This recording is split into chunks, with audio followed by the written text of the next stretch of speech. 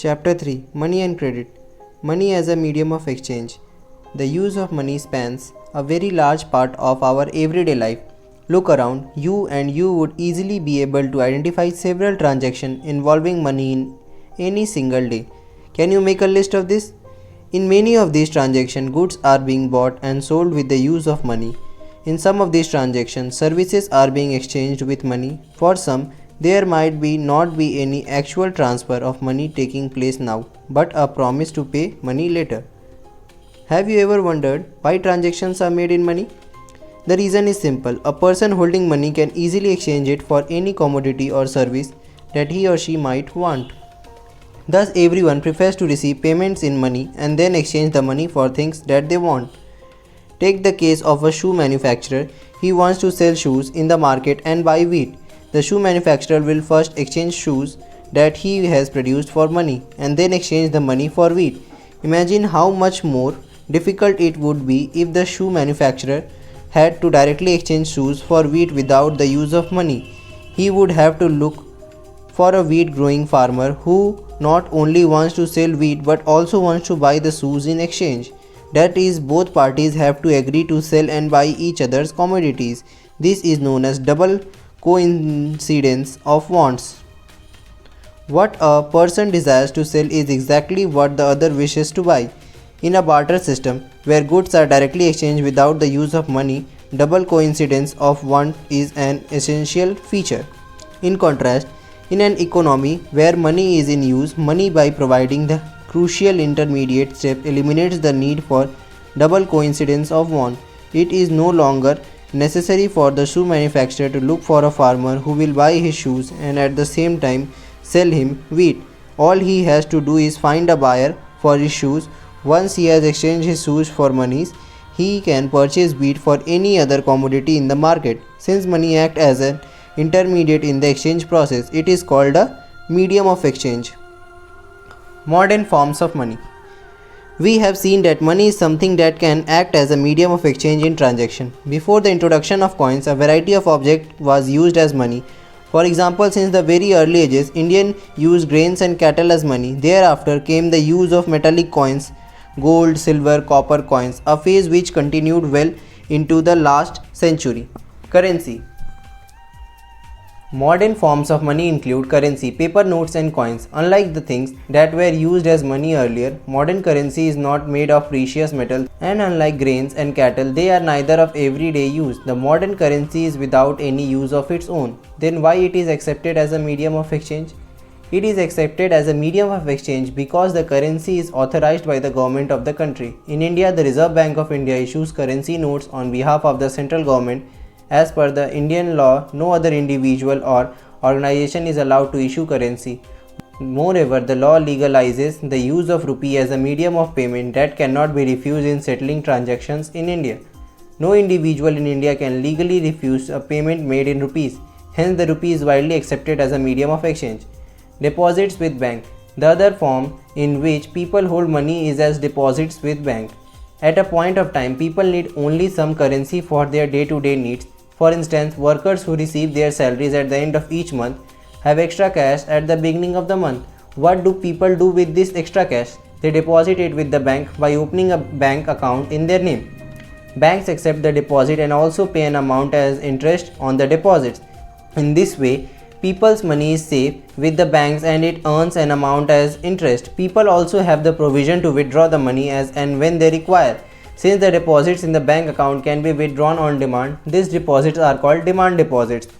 Demand deposits offer another interesting facility. It is the facility which lends it the essential characteristics of money, that of a medium of exchange. You would have heard of payments being made by check instead of cash. For payment through check, the payers who has an account with the banks make out a check for a specific amount. The check is a paper instructing the bank to pay a specific amount from the person's account to the person in whose name the check has been issued. Check payments. A shoe manufacturer, Mohammed Salim, has to make a payment to the leather supplier and writes a check for a specific amount. This means that the shoe manufacturer instructs his bank to pay this amount to the leather supplier. The leather supplier takes this check and deposits in his own account in the bank. The money is transferred from one bank account to another bank account in a couple of days. The transaction is complete without any payment of cash. Thus, we see that demand deposit share the essential features of money. The facilities of check against demand deposit makes it possible to directly settle payments without the use of cash, since demand deposits are accepted widely as a means of payment. Along with the currency, they constitute money in the modern economy. You must remember the role that the banks play here. But for the banks, there would be no demand deposit and no payments by checks against these deposits. The modern forms of money, currency, and deposits are closely linked to the working of the modern banking system. Loan activities of banks. Let us take the story of banks further. What do the banks do with the deposit which they accept from the public? There is an interesting mechanism at work here. Banks keep only a small proportion of their deposit as cash with themselves. For example, banks in India these days hold about 15% of their deposits as cash. This is kept as provision to pay the depositor who might come to withdraw money from the bank on any given day. Since on any particular day only some of its many depositors come to withdraw cash, the bank is able to manage with this cash. Banks use this major proportion of the deposit to extend loans. There is a huge demand for loans for various economic activities. We shall read more about this in the following sections. Banks make use of the deposits to meet the loan requirement of the people. In this way, banks mediate between those who have surplus fund, the depositor, and those who are in need of these funds, the borrowers. Banks charge a higher interest rate on loans than what they offer on deposit. The difference between what is charged from borrowers and what is paid to the depositor is their main source of income. What do you think would happen if all the depositors went to ask for their money at the same time? Two different credit situations. A large number of transactions in our day-to-day activities involve credit in some form or the other. Credit, loan, refers to an agreement in which the lender supplies the borrower with the money, goods or service in return for a promise of future payment. Let us see how credit works through the following two examples. Festival season. It is the festival season 2 months from now, and the shoe manufacturer Salim has received an order for a large trader in a town for 3,000 pair of shoes to be delivered in a month's time. To complete production on time, Salim has to hire a few more workers for stitching and pasting works. He has to purchase the raw materials to meet these expenses. Salim obtains loan from two sources. First, he asks the leather supplier to supply leather now and promise to pay him later. Second, he obtains loan in cash from the large trader as advance payment for 1,000 pair of shoes with a promise to deliver the whole order by the end of the month. At the end of the month, Salim is able to deliver the order, make a good profit, and repay the money that he had borrowed. In this case, Salim obtained credit to meet the working capital need of production. The credit helps him to meet the ongoing expenses of production, complete production on time, and thereby increasing his earning. Credit therefore plays a vital and positive role in this situation. Swapna's problem. Swapna, a small farmer, grows groundnut on her 3 acres of land. She takes a loan from the money lender to meet the expenses of cultivation, hoping that her harvest would help repay the loan. Midway through the season, the crop is hit by pest and the crop fails. Though Sapna sprays her crops with expensive pesticides, it makes little difference. She is unable to repay the money lender and the debt grows over the year into a large amount. Next year, Swapna takes a fresh loan for cultivation. It is a normal crop this year, but the earnings are not enough to cover the old loan. She is caught in debt. She has to sell a part of the land to pay off the debt. In rural areas, the main demand for the credit is for crop production. Crop production involves considerable cost on seeds, fertilizers, pesticides, water, electricity, repair of equipment, etc. There is a minimum stretch of 3 to 4 months between the time when the farmer buys these inputs and when they sell the crop. Farmers usually take crop loans at the beginning of the season and repay the loan after harvest. Repayment of the loan is crucially dependent on the income from farming. In Swapna's case, the failure of the crop made loan repayment impossible. She had to sell part of the land to repay the loan. Credit, instead of helping Swapna improve her earning, left her worse off. This is an example of what is commonly called debt trap. Credit in this phase pushes the borrower into a situation from which recovery is very painful. In one situation, credit helps to increase earning and therefore the person is better off than before. In another situation, because of the crop failure, credit pushes the person into a debt trap. To repay her loan, she has to sell a portion of her land. She is clearly much worse off than before. Whether credit would be useful or not therefore depends on the risk in the situation and whether there is some support in case of loss. Terms of credit. Every loan agreement specifies an interest rate which the borrower must pay to the lender along with the repayment of the principal. In addition, lenders may demand collateral against loans. Collateral is an asset that the borrower owns, such as land, building, vehicles, livestock, deposits with bank, and they uses this as a guarantee to a lender until the loan is repaid. If the borrower fails to repay the loan, the lender has the right to sell the asset or collateral to obtain payment. Properties such as land titles, deposits with bank, livestock are some common example of collateral used for borrowing. A house loan. Megha has taken a loan of rupees 5 lakh from the bank to purchase a house. The annual interest rate on the loan is 12% and the loan is to be repaid in 10 years in monthly installment. Megha had to submit to the bank documents showing her employment records and salary before the bank agreed to give her the loan. The bank retained as collateral the paper of the new house, which will be returned to Megha only when she repays the entire loan with interest. Interest rate, collateral and documentation requirement and the mode of repayment together comprise what is called the terms of credit. The terms of credit vary sustainably from one credit arrangement to another. They may vary depending on the nature of the lender and the borrower. The next section will provide example of the varying terms of credit in different credit arrangements. Variety of credit arrangements. Example of a village. Rohit and Ranjan had finished reading about the terms of credit in class. They were eager to know the various credit arrangements that existed in their area. Who were the people who provided credit? Who were the borrowers? What were the terms of credit? They decided to talk to some people in their village. In November 2019, we head directly for the field where most farmers and laborers would be working at this time of the day. The fields are planted with potato crops. We first met Shyamlal, a small farmer in Sonpur, a small irrigated village. Shyamlal tells us that every season he needs loans for cultivation of his 1.5 acre of land. Till a few years back, he would borrow money from the village moneylender at an interest rate of 5% per annum, 60% per annum. For the last few years, Shyamlal has been borrowing from an agricultural trader in the village at an interest rate of 3% per month.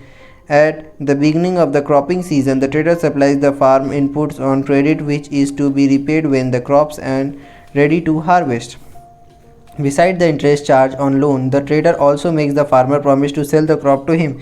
This way the trader can ensure that the money is repaid promptly. Also, since the crop prices are low after the harvest, the trader is able to make a profit from buying the crops at a low price from the farmers and then selling it later when the price has risen. We next meet Arun, who is supervising the work of one farm laborer. Arun has 7 acres of land. He is one of the few persons in Sonpur to receive bank loan for cultivation. The interest rate on the loan is 8.5% per annum and can be repaid any time in the next 3 years. Arun plans to repay the loan after harvest by selling a part of the crop. He then intends to store the rest of the potatoes in a cold storage and apply for a fresh loan from the bank against the cold storage receipt. The bank offers this facility to farmers who have taken crop loan from them. Rama is working in a neighboring field. She working as an agricultural laborer.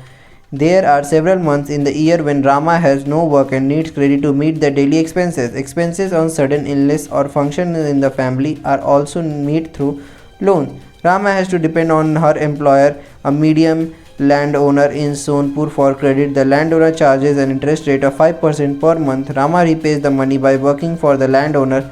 Most of the time, Rama has to take a fresh loan before the previous loan has been repaid. At present, she owes the landowner rupees 5,000. Though the landowner does not treat her well, she continues to work for him since she can get loan from him when in need. Rama tells us that the only source of credit for the landless people in Sonpur are the landowner employers. Loans for cooperatives. Besides banks, the other major source of cheap credit in rural areas are the cooperative societies. Member of a cooperative pool their resources for cooperation in certain areas. There are several types of cooperative possible, such as farmers cooperatives, weaver cooperatives, industrial worker cooperatives, etc. Krishak cooperative functions in a village not very far away from Sonpur. It has 2,300 farmers as members. It accepts deposit from its member. With this deposit as collateral, the cooperative has obtained a large loan from the bank. These funds are used to provide loans to members.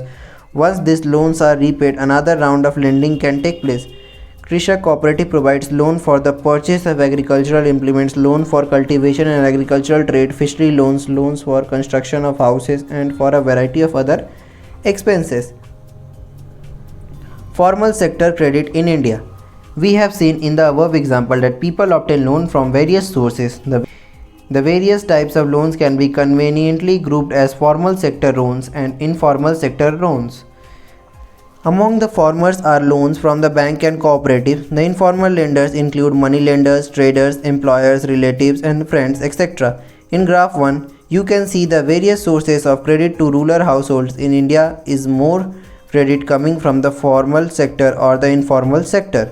The Reserve Bank of India supervises the functioning of formal sources of loans. For instance, we have seen that the banks maintain a minimum cash balance out of the deposits they receive. The RBI monitors the bank in actually maintaining cash balance. Similarly, the RBI sees that the banks gives loans not just to profit-making business and traders but also a small cultivators, small-scale industries to small borrowers, etc. Periodically, banks have to submit information to the RBI on how much they are lending to whom and what interest rate, etc.